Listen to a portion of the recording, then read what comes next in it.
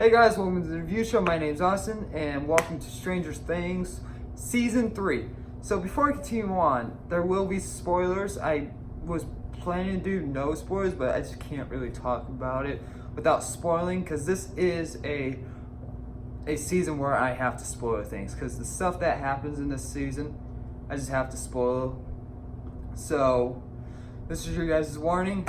You guys can leave now, and let's get right into it. So, I was really excited for this season. Season 2, I love the Stranger Things series. The first one, fantastic. It's a unique series, and it's a unique TV show. So, I'm happy about that one. Season 2, it was good, except for one episode. We're gonna talk about that one. So in season 3, I like it. I like it a little bit more than season 2. That's for sure. But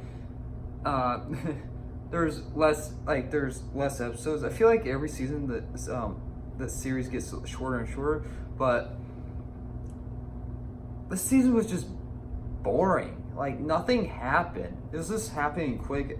And that's kind of odd, because I like this season way more than season 2. I have no idea why, but I think it's just because we went through all the stuff that happened in season 1 and season 2, growing up with these characters. So you're gonna like the season because you know these characters and you're basically attached to these characters. So yeah, so it makes sense why you're gonna like the season, but it feels like nothing really happened. But I do like those character moments. Don't get me wrong, I love the character moments. But these first 4 episodes were just nothing happened. Like so again, spoilers if you guys haven't left yet. So Billy, as the villain of the season, gets infected by the Mind Flayer, which is this. There's so many subplots that they mention, but they don't like come back to it. It's like, wait, so like that doesn't make any sense and all that. So somehow the Mind Flayer is like in the actual world and all that, and it's this big blob, I guess. It's this big scary blob, and and it takes over Billy, and Billy's like one of the first human mind things, and so Billy gets infected with the Mind Flayer, and the same stuff happens over again. They try the same stuff of trying to get in the Mind Flayer out, but see, the thing is, you can't get the Mind Flayer out of them at all this season. No matter what, the characters will die. Whoever gets infected, they will die. So yeah, so Billy's the first one to get infected, and seeing him as the antagonist for the season, honestly, no one liked him in season 2 because he's a dick, and it makes sense for him to be, I guess, the villain, because when I saw him in the trailer, I'm like, is he just gonna be in that one specific scene, or because there's no way that he's gonna become friends with which he does, kind of becomes friends with Elle, I guess, at the end. But so having him as the antagonist makes sense, because he's basically already a dick, so might as well make him even more of a dick. So yeah, it makes completely sense, and I didn't mind him throughout the season, but nothing happened really, like, because I can't remember exactly when they find out that the Mind Flayer is back. I believe it takes them like 4 episodes just to figure that out. Mike and Elle are a thing, and so Hopper's getting annoyed with it, and this is one of the biggest gripes I had with the season, is because and I was talking to a friend about this, and so the red-haired girl, can't remember her name, Max, that's Max. So Max, so Elle's telling Max about what's going on between them, between Elle and Mike, and so she thinks that and Max thinks that Mike's all crap, which he is, but he needs to be lying to Elle to be able to stay together with to be able to still date with Elle, because of Hopper basically, I guess, blackmail. It's not really blackmailing, but I don't know what to call it. But So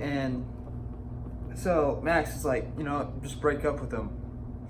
Max doesn't even know the actual story. I think Max should actually go talk to Mike and see what's going on, because that pissed me off, because Max basically changed who Elle was throughout this whole entire season, which is fine, because I get where they're going with that. Elle is her own person, and I'm all for that.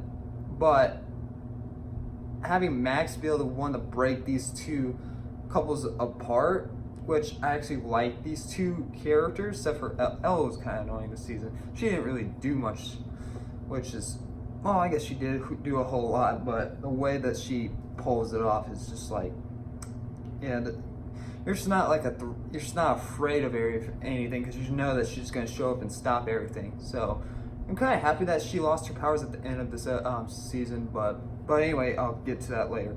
So what was I even talking about? Yeah, having Max be the one to break these two people up kind of pissed me off. It's like, I didn't like you in season 2. I thought you were, like, no joke, I thought she was annoying in season 2. I thought she had no purpose at all. I don't even think she did anything. I don't remember what she did, but having her in season 2 is like, God, just get out of here, get off the screen. And seeing her back, it's like, okay, I kind of like your character a little bit, and until she did that part, I'm like, leave. You should die. Honestly, in this season, I wanted someone to die, and I wanted Max to die. I have no idea. I just don't like. I guarantee the actress, she does a fantastic job, but I just do not like her character. I find her character absolutely pointless, and it felt like that she was just shoved into season 2 to come into season 3 just to break up these characters. But I see what they were going for, to make Elle her own person, but it just feels pointless.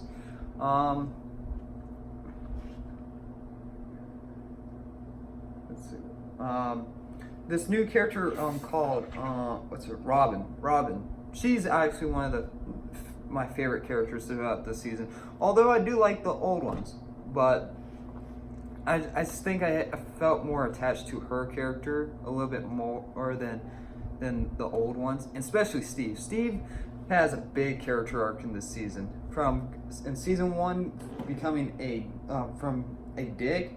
Season 2, he was still kind of a dick, but now season 3, where he's just always like he probably had the greatest arc because he was a dick, and now he's just this, or basically this kid that is friends with 13-year-olds. So it's really cool how if I go back and watch this whole entire series from 1 to 3, honestly, I would probably, if I'm in a situation where I have to save anyone, it would probably be Steve. So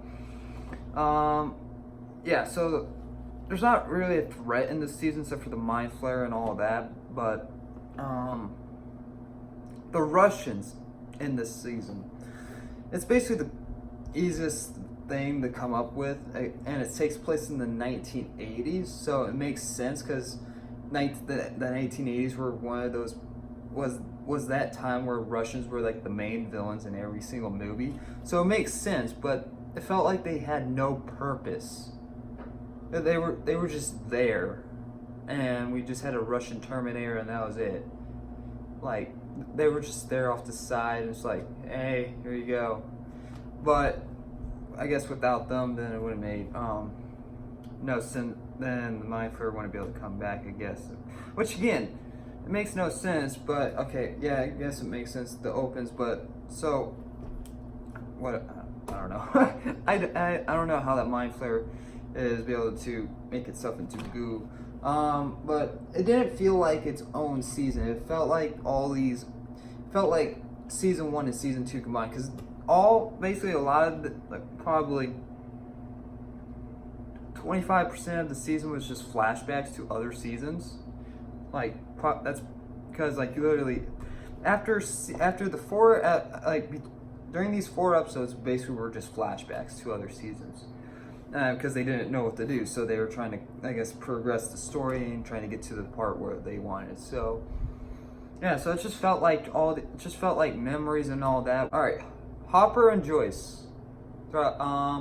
So I always wanted these two characters to get together, but this season I just did not like them. I found them annoying because they were just bitching at each other at like basically in every episode together, and I'm like, and like they try to do this buddy cop type of deal with them, and it just doesn't work until, and like when that moment at the end where Hopper dies, he's alive. I already know, but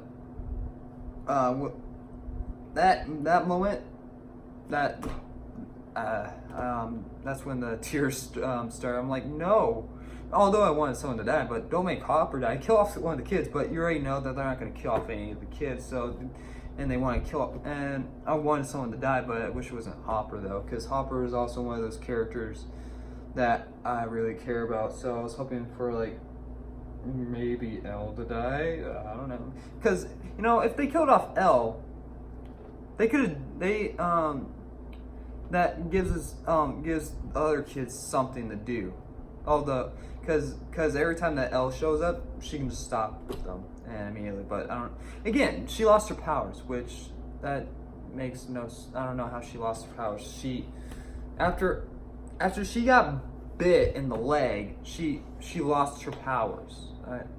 I don't understand how that would. I don't know why. Okay. So she loses her power. I guess the goal is. But I'm happy that she lost her power, because now that gives the other kids a chance to do something instead of, hey Elle, yeah, come over here and save us. So like it's better. So now it's better than, because now it's season 4. She would probably get her powers back in season 4, but I'm hoping that throughout the whole entire season of season 4 for Stranger Things, she doesn't have her powers until the end. Which is probably what's going to happen, which I'm hoping for, because then we can get to see these characters getting put in situations where they can't stop it, and which I would like to see. And I would like to see where the underworld would infect. Well, I guess we saw it this season, but I mean like where the underworld actually wins. I want to see the underworld actually win, and next we can get a whole entire season where they have to fight back, which would be really cool, because you know, we always see the heroes win, and that's probably what the deal with in the 80s. But I'm guaranteeing now, like when it comes to the 90s, at least that's what I'm thinking that they're going to do. They're going to go to the 90s and for the, like, I guess season 5. But so when it gets to the 90s, they can do where the villain wins, because I believe the 90s were when the villains win, because Empire Strikes Back came in. No, Empire Strikes Back came into the late 80s. So